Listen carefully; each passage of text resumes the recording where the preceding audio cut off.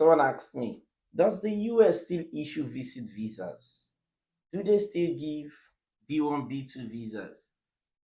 Because at the moment they are canceling visas rather than do they still issue visas to people? People are talking all over the place and say, don't apply for a US visa, don't come to the US as the case may be.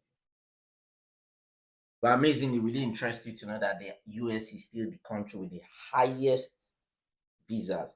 It's the country that issues the highest visa in the world.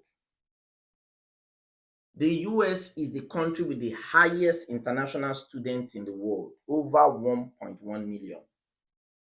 The US is still the country that issues the highest number of F1 visas, which is international student visas.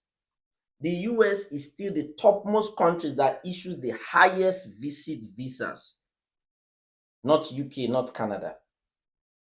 The US is still the country with the highest number of legal migration.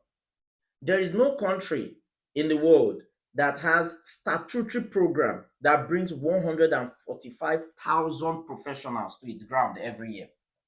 This program is over 15 years old, close to 20, over 20, about 20 years or more. 145 immigrants. They came in last year with their families. And like I've talked about it before, you can be part of it. The US still has the highest number. They also have 50,000 people who come through the visa lottery, about 55,000 with 5,000 reserved for some. So that's over 200,000 permanent residents. The US still issue visas. Now I'll tell you why people have problem with getting the US visa. They have wrong profiles. Now, if you have wrong profile, you would not get the US visa. The US is the only country that takes its border security so seriously. Some of the visas that are being revoked by the US or cancelled borders on border, the border on national security. Now, it depends on your view of national security. Some security issues could be based on inciting, some could be based on your insincerity, like in Nigeria, where we have people that have multiple profiles.